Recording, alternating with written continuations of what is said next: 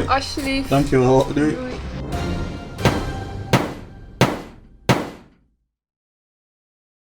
Ladies and gentlemen, welcome to Tony Needs Hobbies. My name is Tony and the package that I just received contains almost all the materials to make a pair of good looking sneakers. So that's what I'll be doing in this video. Have fun watching.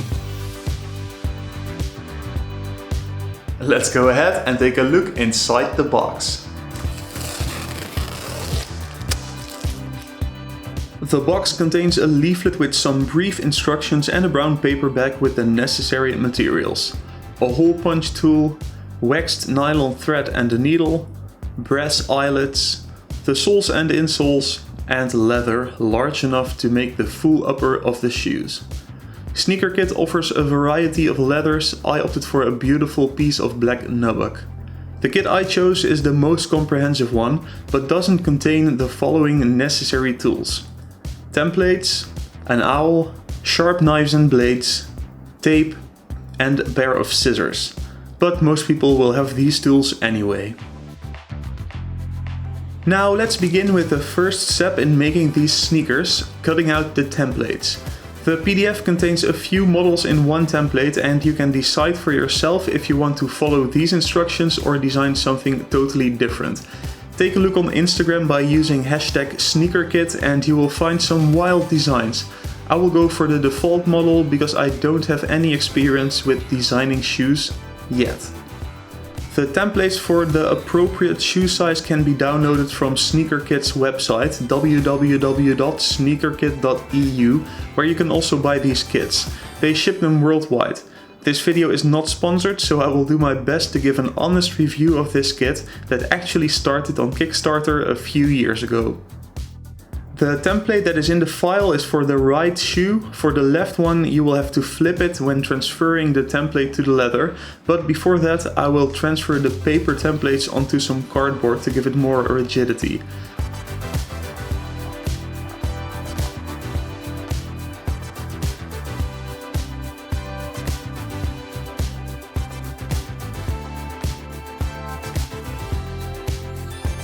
When the cardboard templates are cut out, I will go ahead and transfer the patterns to the leather. The tongue and toe box as well as a loop on the back of these shoes will be made out of the black nubuck that came with the kit. The leather has a great feel to it and is very flexible and about 2 mm thick, which corresponds to a 5 ounce weight. After transferring the template to the leather, I tried to cut it out. It was a bit of a struggle since I have only experience with veg tan leather. This nubuck is much more flexible, but I managed it with a rotary cutter, a Stanley knife and a freshly sharpened pair of scissors.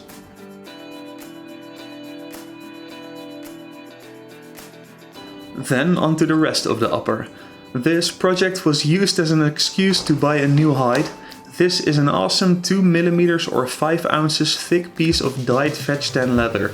It smells amazing and looks perfect in combination with the black nubuck for this pair of shoes. The main part of the upper will be made out of this leather. Same process again, transferring the template on the leather and then cutting it out using a variety of sharp knives and cutters.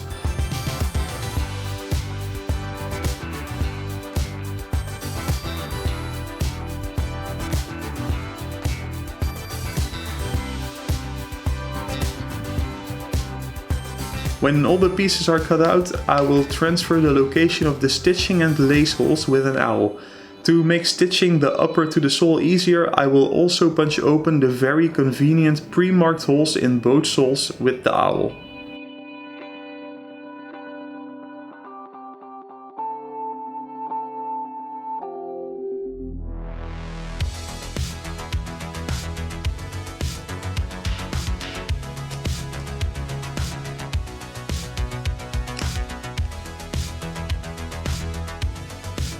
These kits come in 3 varieties: the basic kit with just a pair of soles, needle and thread, the full kit, that's the one that I ordered, and the little kit for kids up to 1.5 years old.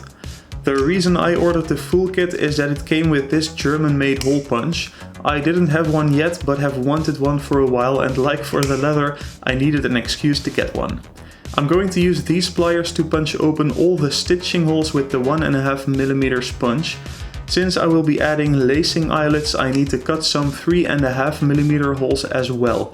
For precise placement of the holes, I prefer separate punches, but these pliers work much faster, and since most of the holes will be invisibly placed behind the sole, there is no need to be overly precise. An additional benefit of these pliers is that they have an eyelet punch as well, so this addition to my toolbox will be very helpful for future projects. If you don't want to miss any of those, please don't forget to hit that subscribe button.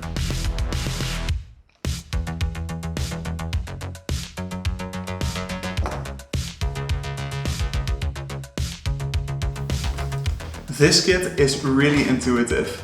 Actually, I haven't felt the need to look at the instructions yet, but because all the parts are finished and ready to be assembled into a shoe, I guess it is smart to read the instructions now.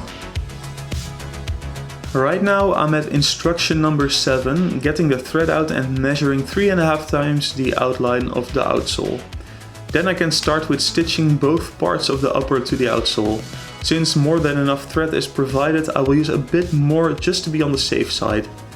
The location of the first stitch is marked with an arrow. This arrow should be lined up with the cutout in the upper so that all the holes line up. The stitches need to be tight, but not so tight that the leather will wrinkle.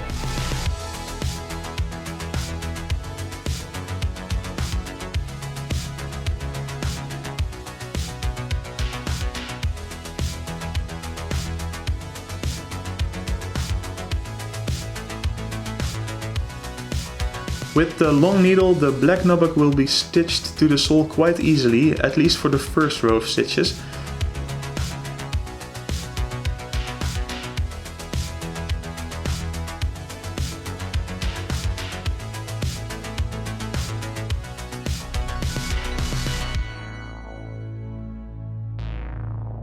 When you are all the way around, this thing already looks a lot like a shoe. It is now time to change direction and stitch the other way around. And at some point an additional row of stitches is needed as indicated by the pre-marked holes.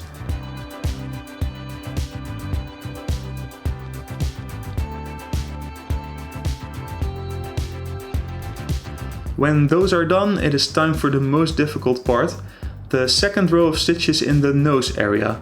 The needle is long, but from the inside it is barely visible where the holes are, so stitching this neatly may take a little while. But once that is done, the first shoe is almost finished. Finish the stitch line with one additional stitch and a knot on the inside.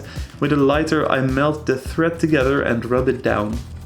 The tongue and the upper will be stitched together securely with 3 loops of thread.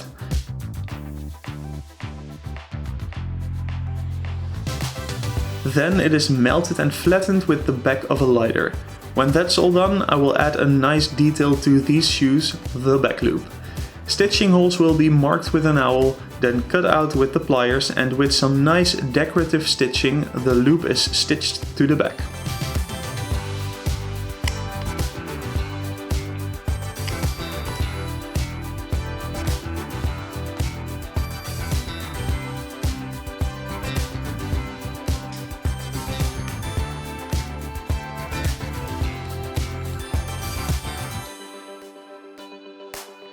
Add some waxed laces and this bad boy is ready to be used.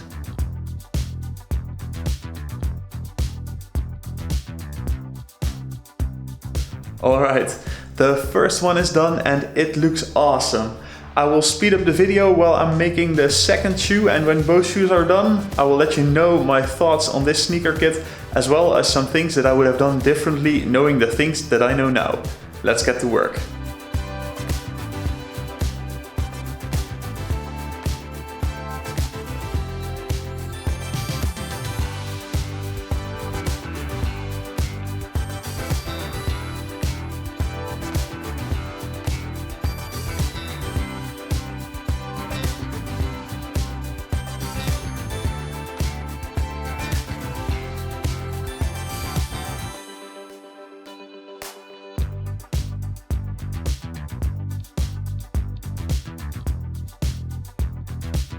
Both shoes are finished, so let's talk about some things that can be improved. First thing, the needle. It works great and is nice and long so that the toe box can be stitched without problems, especially when you go around for the second time. The only issue I had is that it is a little bit too long for the heel area, resulting in scuff marks on the inside of the shoe because of wiggling it around to get the needle through the holes at an angle. Second, the leather that I chose. The black nubuck that came with the kit is strong and supple, but the brown leather that I bought myself is maybe a bit too stiff.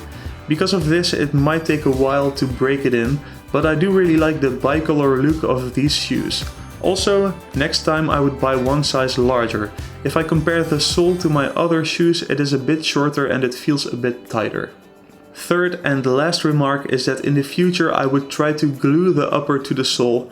It makes for a more durable bond than just the stitches. That being said, it is quite strong and the stitches are not visible when bending the shoe, so this might just work, but some glue might make it even more durable. It will be quite difficult to apply though. But those few minor things set aside, I had a great deal of fun making my first pair of leather sneakers and they turned out absolutely great. I hope you had some fun watching this video, and if you did, please let me know by hitting the like button. And don't forget to subscribe to this channel if you want to see more leatherworking videos in the future. That's it for now. I would like to thank you for watching. Bye bye.